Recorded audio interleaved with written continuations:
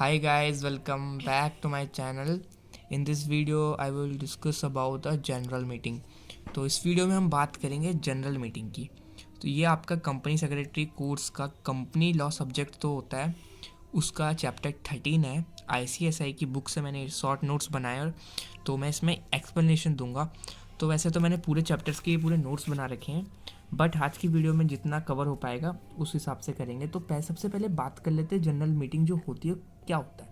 वो मीटिंग होती है 3 टाइप्स के लोग, पहली होती है जनरल मीटिंग, दूसरी होती है बोर्ड मीटिंग और तीसरी होती है class meeting.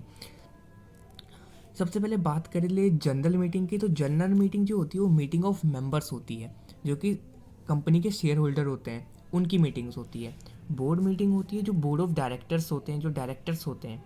And third one is a class meeting. Class meeting होती है जो कि एक पर्टिकुलर क्लास ऑफ शेयर्स की, लाइक प्रेफरेंस शेयर्स की हो रही है या किसी पर्टिकुलर शेयर्स की। उसके बाद बात कर लें जो जनरल मीटिंग होती है ना, मीटिंग ऑफ मेंबर्स रिलेटेड, पूरा चैप्टर इसी के ऊपर है मोस्टली। बोर्ड ऑफ मीटिंग का डायरेक्टर का अलग चैप्टर है। तो स्टार्ट करते हैं। सबसे पहले जो मीटिंग होती है शेयर होल्डर की, दो टाइप की होती है। एक होती है AGM, दूसरी होती है EGM। AGM मतलब होता है एनुअल जनरल मीटिंग, जो कि आपके सेक्शन 96 में आता है, और EGM मतलब होता है एक्स्ट्रा ऑर्डिनरी जनरल मीटिंग, जो कि सेक्शन 100 में आता है। सबसे पहले बात कर लेते हैं AGM की। AGM जो होती है वो कंपलसरी होती है। ये EGM जो होती है कंपलसरी होती है, स्टैचुअरी होती है। ये आपकी कैलेंडर ईयर में वंस होती है, वंस इन कैलेंडर ईयर।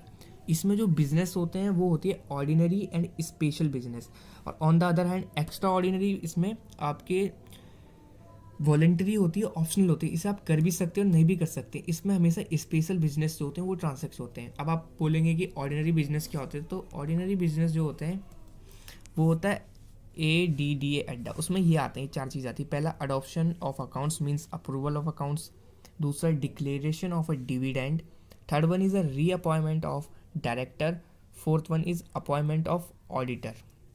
ये 4 काम ऑर्डिनरी बिजनेस में होते हैं। उसके बाद बात कर लें इसके अदर जन जो होता है स्पेशल बिजनेस में आता है। स्पेशल बिजनेस में आपका मर्जर हो जा सकता है, जो कंपनी दो कंपनी जो मिक्स होती है उसे मर्जर कहते हैं। Public issue, appointment of members, D merger, ये सब इसमें स्पेशल बिजनेस में अदर देन ऑर्डिनरी बिजनेस में आते हैं। बहुत सारी चीज़ें आती हैं। अब बात कर लेते हैं AGM की। आज AGM ही अच्छे से करेंगे। सबसे पहले आता है फर्स्ट AGM जो आपका होता है, पहला AGM, वो आपका 9 month closing from closing of financial year होता है। तो जैसे कि यहाँ पर मैं आपको बताता हूँ। जैसे कि आपकी मीटिंग हुई मान लेते हैं 22 अप्रैल 2024 को हुई आपकी जो कंपनी इनकॉर्पोरेट। अब आपको इसकी फर्स्ट AGM लेनी है। तो इसकी फर्स्ट AGM हमने क्या पढ़ी थी, 9 month from closing of financial year. अब कैसे होगा कि क्लोजिंग ऑफ फाइनेंशियल ईयर क्या होता है, एंड डेट क्या होती है 31 मार्च 2025। इससे आप 9 मंथ्स लेंगे, 9 मंथ लाइक 9 मंथ यहाँ से करेंगे तो 31 दिसंबर 2025, इससे प्लस 9 मंथ कर सकते हैं। अब ये लास्ट डेट है AGM, last date of AGM, इससे आपको पहले करनी है मीटिंग, जो फर्स्ट AGM होती है।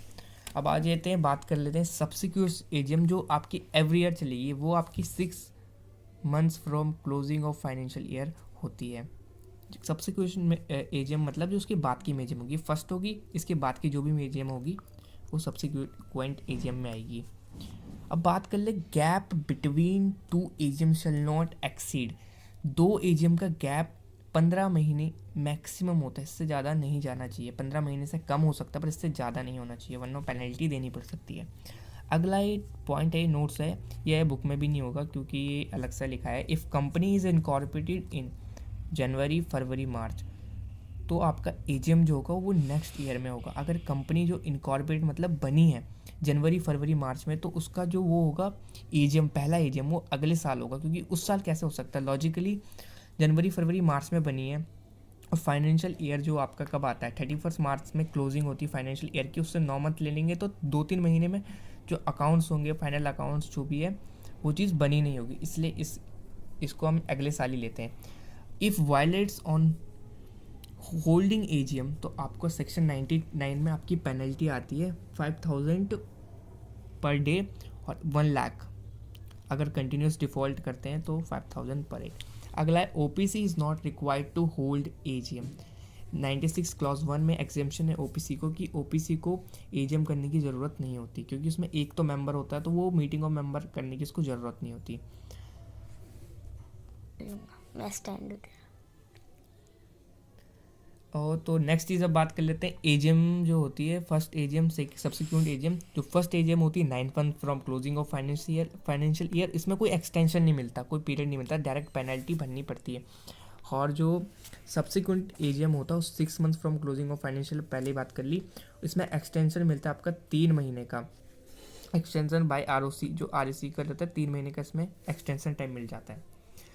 अब डे और डेट की बात कर लें कि एजीएम कब होता है, क्या नेशनल हॉलीडे को छोड़ के, एक्सेप्ट नेशनल हॉलीडे, ये कभी भी हो सकता है। इसकी टाइम की बात करें तो 9 AM to 6 PM होता है, जो कि बिजनेस आवर्स होता है, और ये बिजनेस आवर के बाद भी कंटिन्यू कर सकता है। मतलब होना स्टार्ट 9 to 6 PM के बीच होना चाहिए, पर एंडिंग टाइम नहीं है, कब तक भी चल सकती है। अब प्लेस की बात कर लें तो ये at the register office of company where company is incorporated, और एनी प्लेस, सिटी और टाउन और village where register office is situated, वहाँ पर होगी। ये नोट लिखा है, टॉप 100 लिस्टेड कंपनी जो है shall hold their AGM within a period of 5 months from date of closing of financial year. इनको जो एनुअल जनरल मीटिंग है ना, period of 5 months from date of closing of financial year करनी है। Provide 1 वे live cast, इनको एक 1 वे live cast करना है। अब आपको पता है 1 वे लाइव कास्ट मीन्स जो आप अभी यूट्यूब पे ये वीडियो देख रहे हैं, एक तरह से 1 वे लाइव वेबकास्ट ही है, उसी को कहते हैं। प्लेस ऑफ एजीएम जो अनलिस्टेड कंपनी में, उसकी बात करें तो any place in India by approval of all members either in writing, या तो राइटिंग में ले लो या किसी इलेक्ट्रॉनिक मोड से ले लो। और गवर्नमेंट कंपनी में कहीं भी कर सकते हैं, अप्रूवल चाहिए सेंट्रल गवर्नमेंट का। हमारे लिए सेंट्रल गवर्नमेंट कंपनी लॉ के लिए एमसी होती है, ministry of corporate affair. Section 99 की बात कर लें, जो पेनल्टी है for default in holding AGM, company and every officer in default, fine which में एक्सटेंड टू 1 लाख तक जा सकता है, और अगर वो चीज़ कंटिन्यूस डिफ़ॉल्ट होती है तो 5000 ईच डे की पेनल्टी होती है। अब नेक्स्ट सेक्शन 97, इसमें आता है एजीएम बाय एनसीएलटी। इसमें जो एजीएम है वो एनसीएलटी भी ले सकता है। एनसीएलटी होता है नेशनल कंपनी लीगल ट्रिब्यूनल, वो भी आपका वो ले सकता है। इसमें आप कैसा होगा, जो मेंबर है वो एप्लीकेशन देगा एनसीएलटी को, और इफ़ एनसीएलटी थिंक्स फिट तो डायरेक्ट करेगी होल्ड को एजीएम को, और एक सपोर्टिव डायरेक्शन देगी, उस डायरेक्शन देगी कि even a single member bye proxy constitute a valid meeting, एक सिंगल मेंबर भी मीटिंग को कंस्टिट्यूट कर सकता है। तो यही सेक्शन 97 में लिखा गया है। इसमें एजीएम बाय एनसीएलटी कर सकते हैं। 3 ही केस है जिसमें वैसे हो सकती है मीटिंग एक सिंगल मेंबर कर सकता है। पहला केस तो आपने ये पढ़ लिया, एजीएम बाय एनसीएलटी सेक्शन 97। एक और केस है जिसमें एजीएम बाय एनसीएलटी, वो भी पढ़ेंगे। और एक थर्ड केस है क्लास मीटिंग, क्लास एक प्रेफरेंस क्लास का एक मेंबर सारी प्रेफरेंस क्लास को वो करता है, वो चीज़ अभी बाद में पढ़ेंगे, वो मैं नेक्स्ट आपको बता दिया। उसके बाद हम बात कर लेते हैं, ये कुछ टॉप नोच पॉइंट्स है जो कि अदर देन बुक्स आईसीएसआई की कंपनी लॉ बुक्स हैं। पहला तो कि 2 AGM can be held on same day, 2 AGM जो है एक दिन हो सकती है, वैलिड है after giving a penalty of 5000 remaining days. Like आपने कोई एजीएम की, इस साल किया, बट आपने हर साल उसको मतलब नहीं किया, हर वक्त आपने नहीं किया, 2 साल तक कंटिन्यू नहीं किया, तो जब आप उस चीज़ को करेंगे तो उस चीज़ को जब मतलब इम्प्लीमेंट करेंगे, जब एजीएम लेंगे तो आपको पेनल्टी देनी होगी 2 साल की पर डे की, 5000 पर डे की। वो पेनल्टी आपको सेक्शन 99 में मैंने बताई थी, वो आपको भरनी पड़ेगी। उसकी बात करते हैं, AGM can be held before first AGM, ये भी वैलिड है। ये भी एक केस में एजीएम जो होगी पहली एजीएम से भी पहले हो सकती है, पहली एजीएम जो होती है उससे पहले एजीएम वो वाली वैलिड है। If company goes in winding up मतलब जब कंपनी बंद हो रही है, still they need to conduct AGM until dissolution से पहले स्टिल दे एजीएम फिर भी करेंगे वो डिसोल्यूशन से पहले।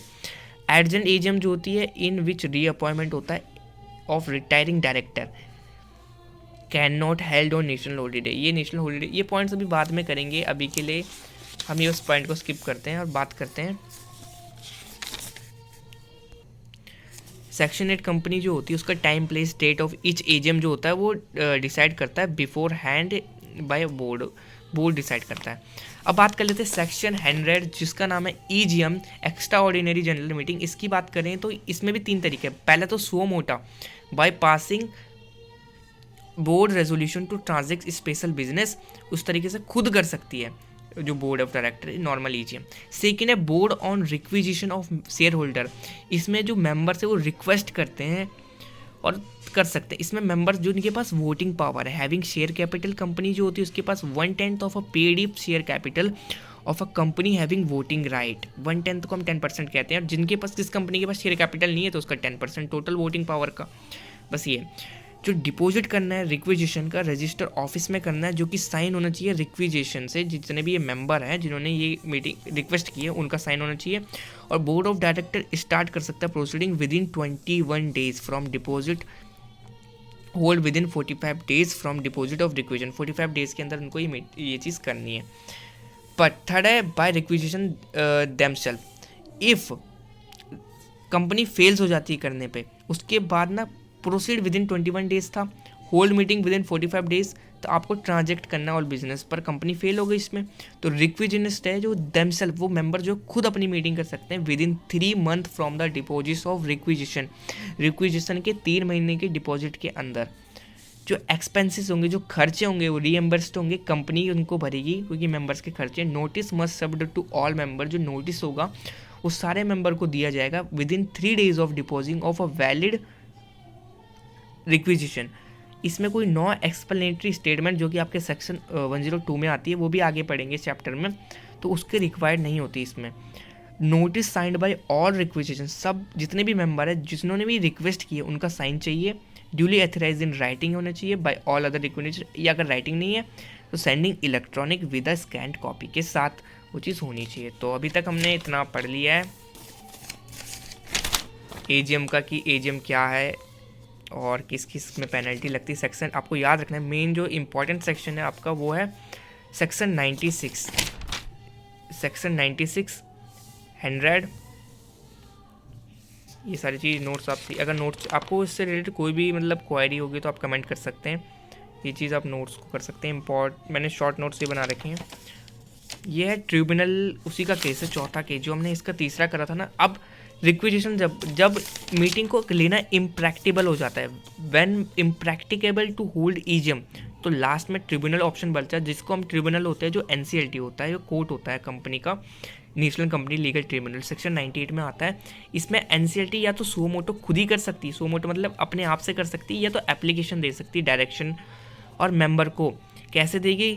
एनसीएलटी में call EGM give ancillary direction, ancillary मतलब सपोर्टिव डायरेक्शन देगी, which includes even a single member by a person present in a person or by a proxy can hold a valid meeting. एक proxy भी hold कर सकता है एक valid meeting, एक single person. मैंने आपको 3 केसेस बताए थे। पहला तो यहाँ पर था जहाँ पर एजीएम बाय एनसीएलटी था, यहाँ पर भी सिंगल मेंबर या प्रॉक्सी जो मेंबर के एजेंट होता है उसके बिहाफ में आता है। और दूसरा केस था एनसीएलटी में कॉल ईजीएम, इसमें भी EGM by NCLT, EGM by NCLT, इसमें ईजीएम हो रहा है, तो उसमें भी एक proxy single member valid meeting कर सकता है। तो ये 3 केस। तीसरा केस आपको पता है जब एक मेंबर जो सारे क्लास को, जैसे लाइक प्रीफरेंस शेयर है तो एक क्लास का एक मेंबर सारे शेयर्स को होल्ड करता है, तो उस केस में भी एक सिंगल मेंबर कर सकता है। तो अभी की इस वीडियो में हम यही रहने देते हैं, और अगली वीडियो में हम ये चीज़ ईजीएम का डीपली जाएंगे और पूरे नोट्स को हम आगे की ओर बढ़ाएंगे। तो अगर आपको वीडियो पसंद आई तो वीडियो को लाइक कीजिए, और अगर कोई भी दिक्कत हो तो आप कमेंट कर सकते हैं। Thanks for watching.